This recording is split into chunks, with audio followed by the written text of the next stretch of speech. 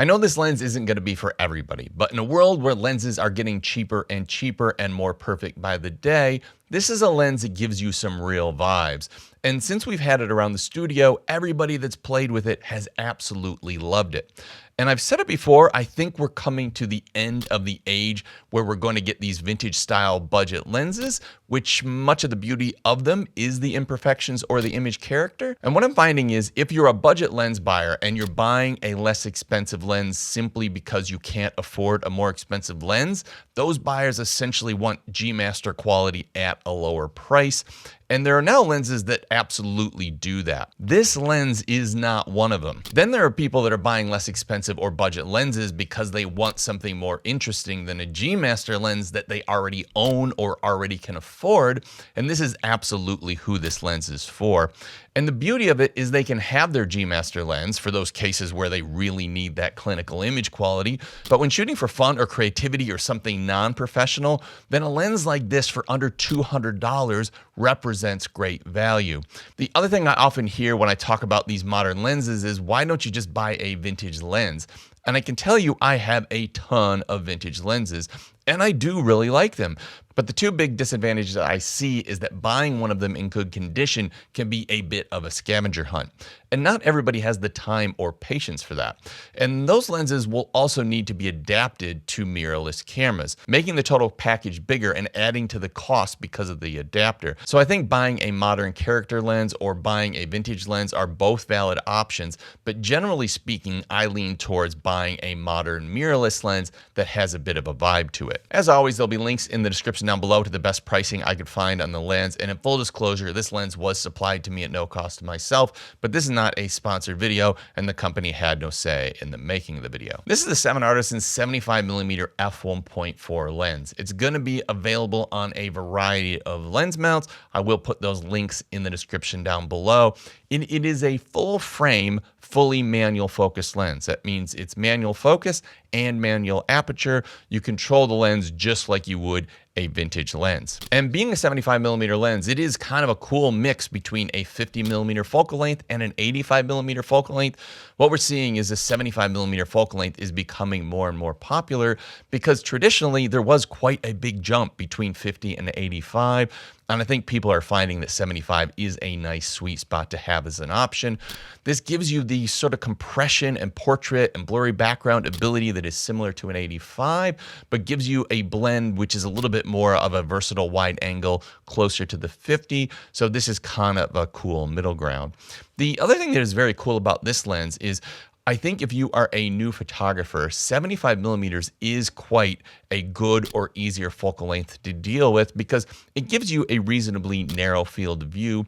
And because the lens gives you these vintage vibes, it actually helps the images look a little bit more interesting and a little bit more compelling. So even taking a photo of benign things in everyday life often looks really interesting. And it's a lens that works really well for just general purpose, walk around street, portrait photography, anytime where you're trying to isolate a subject or create a bit of image compression. Now the lens is extremely well built. It is an all metal lens. It does have a polished metal lens mount and it has a clicked aperture ring, which clicks at each of the stops. It goes from f1.4 to f16, and it has a really nice, well-dampened and smooth focus ring. And as you can see, the lens moves in and out with the focus. The lens also comes with a screw-on metal lens cap, which some people like and some people don't like. It's definitely not the quickest way to have a lens cap. But what I do like about it is when I'm using manual focus lenses, I kind of want to slow down my photography. And that is a little component of just slowing everything down and making you feel more immersed in the photography or videos you're capturing. Also, I love manual focus, manual aperture lenses. Makes me feel more connected with what I'm creating, and I just feel a bit more inspired. So when I have time or I'm able to, I almost always use manual focus lenses over autofocus lenses. Looking at image quality and starting with distortion, you get very little to no distortion, just the slightest amount of barrel distortion. This is good that it's well corrected because this is something that is not going to correct in camera, and there aren't any automatic Lightroom corrections for it right now. So you don't have to worry about correcting the distortion because it's so minor. Looking at vignette from f1.4, you get heavy vignette, and that is very much part of the character you get out of this lens. Shooting wide open, this heavy vignette gives your images quite a bit of vibe, and that's something I really like. I often add vignette to my images anyways. Close it down to f2 and you get a lot less vignette. It cleans up pretty quickly. f2.8, a little bit less again, and then at f4 or f5.6 is pretty clean across the frame. This gives you a bit of a two-speed lens. If you want that heavy vignette, kind of intimate, closed-in look, shoot at f1.4, but open it up to f2, f2.8, and that vignette cleans up pretty quickly. Looking at chromatic aberration, this is an interesting one, and I think you're going to get some varying opinions on this. If you overexpose the images or blow out your highlights, you are going to get noticeable chromatic aberration on those high contrast scenes. But if you underexpose or correctly expose, even when you correct the images, you get little to no chromatic aberration. This is something I've noticed in a lot of camera systems and a lot of lenses. I fully don't understand why this happens. But if you're having issues with chromatic aberration, just shoot at a little bit lower exposure. And it's not just this lens or this camera brand, it's pretty much all cameras. And this is why when you're watching YouTube reviews, you might have somebody say it's got lots of chromatic aberration, somebody say it doesn't have any. That is because of this exposure thing actually changes the chromatic aberration. And I'm doing a little bit of research to try to figure out why that is. Looking at longitudinal chromatic aberration, which is a change in color cast in the out of focus areas before and after the plane of focus, you get a little. I don't think it's distracting or problematic by any means. When you look at it on the test chart, it's actually reasonably clean, but you do notice a little. One place that the lens has a very interesting performance, and it is far from clinical, is the flare performance. Now, this is going to send somebody looking for a clinical G Master performance running.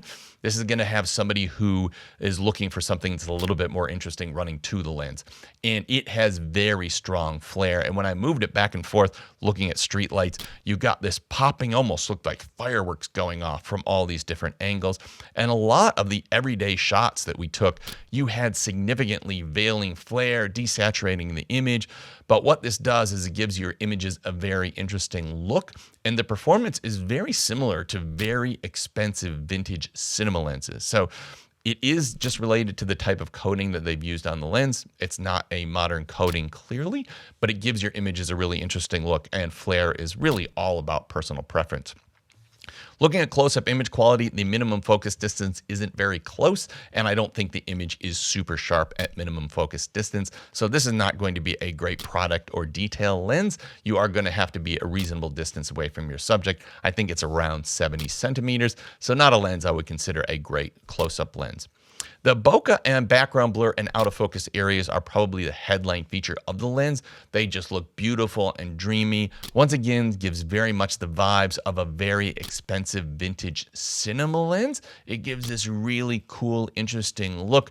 And I think that is probably the feature that most people would be buying this lens for, is those beautiful, deeply out of focus areas that just look absolutely fantastic. And they form a really nice backdrop for whatever is sharp and detailed in the frame. Looking at sharpness and detail, this is a lens which renders much sharper real-world results than it does perform on the test chart, and that's because the test chart is simply a black on white image. And black is the absorption of all light, and white is the reflection of all light. So in real-world results, unless you're shooting something that is black on white like this, you're going to get a very different performance. And what you're going to find is you get plenty of detail, eyelashes, hair. All of that is very sharp, but when you shoot a test chart, I would say that the results are reasonably mediocre. And this is a reason with lenses like this in the past, I wouldn't even cover them on test charts. Shooting the lens at f1.4 and looking at the middle of frame, it's a reasonably mediocre result. As we stop it down to f2 and f2.8, it gets sharper. It never gets high-end Sony G Master sharp, even as we stop it down all the way to f8. Then looking at the corners and starting at f1.4, the corners are quite soft and messy, and this is part of the look that this lens gives you. So in all the real world results, those corners were blurry and messy. That is part of what this lens does. Even when we stop it down to f4, it doesn't get much sharper, and we have to stop it all the way down to f8 to get any amount of detail at all. But soft corners is part of the look. So have a look at those real world images, and if you like the way those look, the soft corners are very much part of that. This lens definitely isn't for everybody. In fact, I don't see it as a budget lens for people that can't afford more expensive lenses. I see it as a lens for somebody who already has clinical lenses and wants something different different, new, and creative. And at a price of under $200, I can highly recommend it for those photographers and video shooters. Now, if you're on the lookout for interesting lenses at super budget prices, I've just thrown a video on screen now. That's 11 full frame lenses, all under $100. And there's some absolute beauties in that video.